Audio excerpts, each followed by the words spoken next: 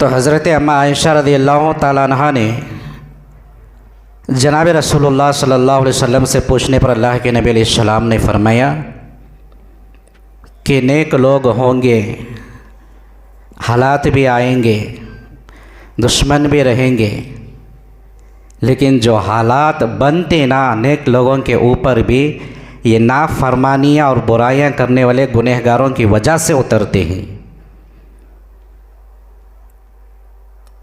जो हालात नज़र आ रहे हैं अल्लाह का फरमान भी है कि एक अल्लाह, जैसे मैंने शुरू में अल्लाह की जो है ज़ाती और सिफ़ाती बातें आपके सामने रखा कि अल्लाह की एक अल्लाह की हम इबादत नहीं, अल्लाह को मानते नहीं और अल्लाह का खौफ नहीं, ये सारी चीज़ों को हमने भुला दिया।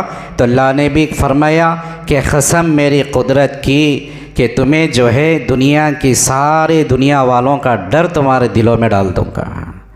आज एक नहीं है खौफ और डर अल्लाह का हमारे दिल में, तो सारी दुनिया का डर हमारे दिलों में है।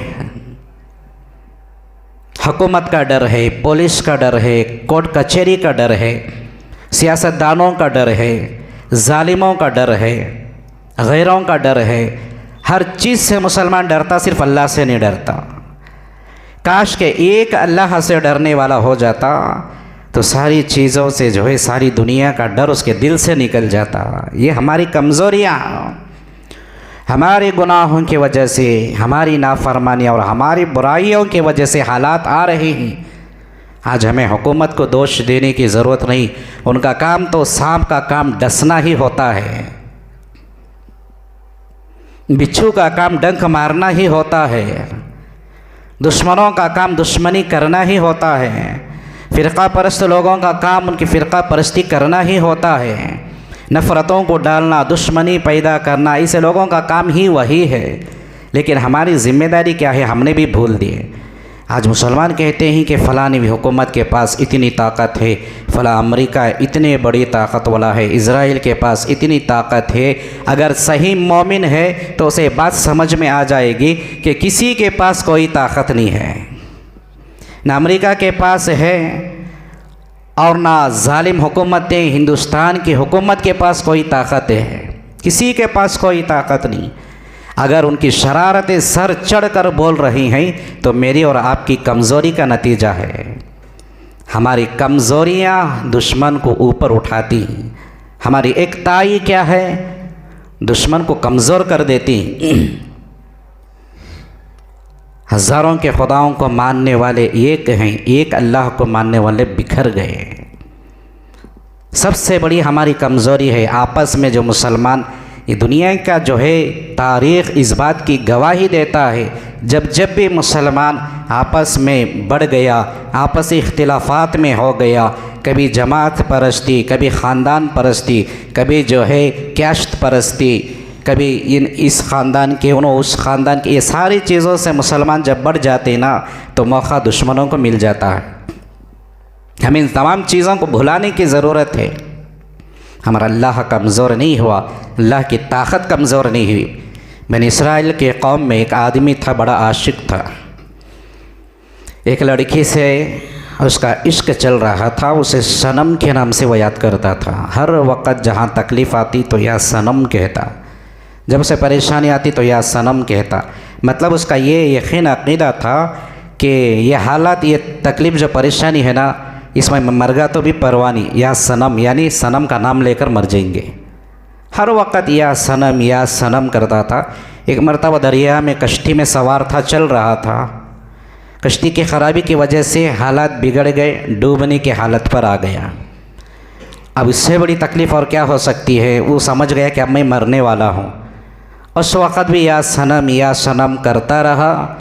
फिर क्या, आखिर में भूले से उसकी ज़बान पर या समद आ गया, अल्लाह का नाम आ गया कि बारी ताला किसी का मोहताज नहीं है, वो किसी का मोहताज नहीं है, ऐसा खुदा है। या समद, अल्लाह का सिफ़ाती नाम उसकी ज़बान पर आ गया।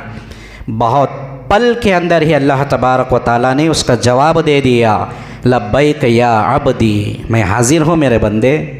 फरिश्तों ने कहा कि बारी ताला, इसने तो इसके सनम को बुलाता था सारी ज़िंदगी, अब भूल को इन्हें तुम्हारा नाम ले लिया। तो अल्लाह तबारक व तआला ने कहा कि फ़रिश्तों, सारी ज़िंदगी इसने मुझे भुलाया लेकिन मैं इसे नहीं भुलाया। आज इसने मुझे भूलकर भी मेरा नाम ले लिया, अगर मैं भी इसे हाजिर ना हूँ, इसका जवाब ना दूँ, तो उसके सनम और मेरे खुदा में समद में क्या फ़र्क रहेगा।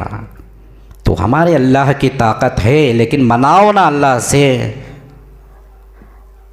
रिश्तेदार नाराज़ हो जाए गवारा नहीं, घर का दामाद नाराज़ हो जाए गवारा नहीं, दोस्त नाराज़ हो जाए, हमें ये सारी चीज़ें कभी पसंद नहीं करते। सबको लेकर चलना, सबको खुश रखना, सबके साथ चलना, लेकिन एक अल्लाह को नाराज़ कर दिए तो सारा बेड़ा गर्क है हमारा। एक अल्लाह को मनाओ, एक अल्लाह के दर की तरफ लौट जाओ। बड़े बड़े दुश्मनों को अल्लाह ने माफ़ियाँ दिया है, बिगड़ते हुए हालात को बनाया है। 40-40, 50-50 साल के बड़े बड़े गुनहगार, जब उनकी नहुसत की वजह से अल्लाह ने बरसातों को रोक दिया, उन्होंने तौबा के 2 अल्फाज कहे तो अल्लाह ने आसमान से बरसातों को उतार दिया। ऐसे बड़े कोई अज़ाबात तो आज नहीं। ये सब जो है छोटे जो है चूंटियों की तरह दुश्मन हैं। इनको जो है मुसलमान एकताई और मुसलमानों की दुआएं इनको जो है मसल देती हैं। आज अल्लाह का कुरान और हदीस हमें यही तालीम देती है, एक हद तक जो है सब्र करो और अल्लाह से मदद मांगो।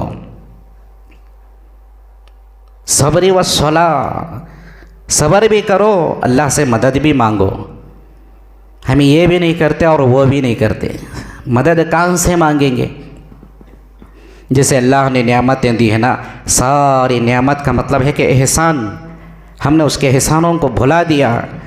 सूरज दिया, चाँद, पानी, हवाएं, ये सारी चीज़ें अल्लाह ने इंसान की ज़रूरत के वास्ते दिया। पैसा दिया, इंसान की ज़रूरत के वास्ते दिया। उसके नेक बंदों को दुनिया में भेजा, उन्हें सही रास्ते बतलाने के वास्ते, दीन को समझने के वास्ते। लेकिन अल्लाह की सारी मखलूक को हमने मददगार समझ लिया, उसकी नेमतों को भुलाकर। अल्लाह के वलियों को ही हमने अल्लाह का दर्जा दे दिया। कितना बड़ा जुल्म है ये।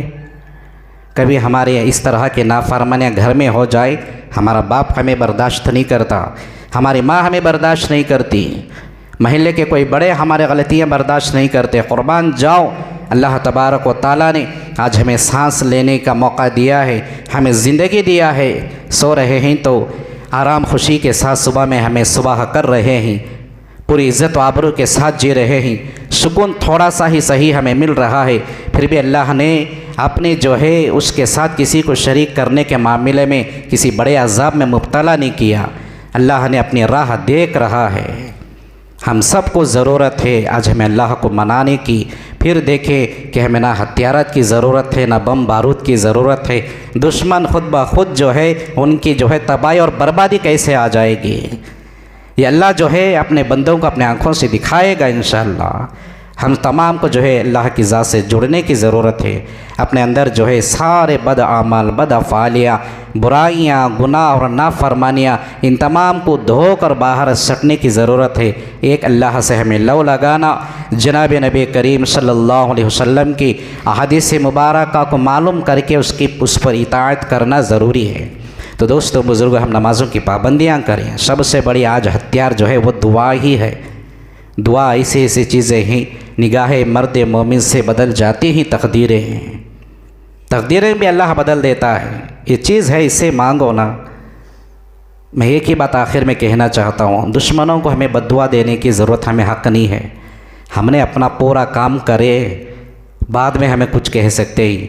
कभी हमने किसी एक दिन तहज्जुद में अल्लाह से रोकर गिड़गिड़ाया के हालात पर, कभी हमने कोई नमाज़ पढ़कर थोड़ी देर लंबी दुआ हमने अल्लाह से मांगी। 2 रकात नमाज़ पढ़ते हैं तो ऐसे भागते हैं जैसे जेल से कैदी छुड़ा हुआ है। दुआ करें अल्लाह ताला से, अल्लाह हमें सही दीन की समझ अता फ़रमाए और उसके घरों से, नमाज़ों से, दीन से, नबी की इताअत से बेइंतहा 100% मोहब्बत और पाबंदी नसीब फ़रमाए। आमीन व आखिर दावाना अल्हम्दुलिल्लाहि रब्बिल आलमीन। सुन्नतें पढ़ लीजिए।